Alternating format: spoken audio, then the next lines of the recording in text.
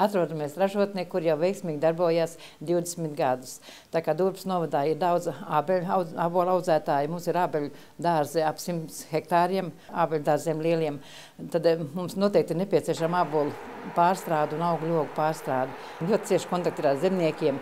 Slēdzam līgumus jau februāra mēnesī ar zemniekiem, pārunājam, kādus mēs gurķus audzēsim šogad. Slēdzam līgumus arī par dārziņiem, ražojam ābolu produkciju ļoti dažādu. Ābolu rīvēta ar cukuru, ābolu sulu ražojam, ābolu pa vidlu, kur ir tiešām nostalģija pēc padomu laikiem, kad bija ābolu marmelādu un jūt, kad pircējiem tā ļoti garšo. Dārzeņu zupas top pie mums dažādas, skābais boršs, rasoļņiks, gurķu zupa, marinējam arī ķirbjus. Viss izēvielas ir Latvijā audzēts un vietējo zemnieku darbs. Puru dzērvenīti Rucavā mums piegādā lielogu dzērvenītes un šobrīd ražojam rīvēts dzērvens ar cukuru, rīvēts dzērvens bez cukura.